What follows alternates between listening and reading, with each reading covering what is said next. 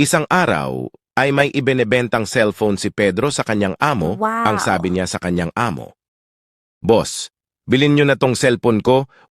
Wala na kasing kapera-pera sa bahay eh." Sumagot naman ang kanyang boss. Magkano naman benta mo niyan? Sumagot naman si Pedro, "30K lang, boss." Wow. Sumagot naman ang kanyang boss. Ha? Ang mahal naman? Luma na yung cellphone mo na yan Laspag na nga yan sa'yo. Sumagot naman si Pedro, "Oo nga po, pero unique kasi ito, boss eh." Unique? Bakit naman? Ito lang kasi yung cellphone na may picture na kayakap nyo yung sekretary nyo. Pero sige, kung ayaw nyo, boss, ibenta ko na lang to sa misis nyo. Ha? Okay. Sige. Ako na, bilhin ko na. Huwag kay misis walang pera yon.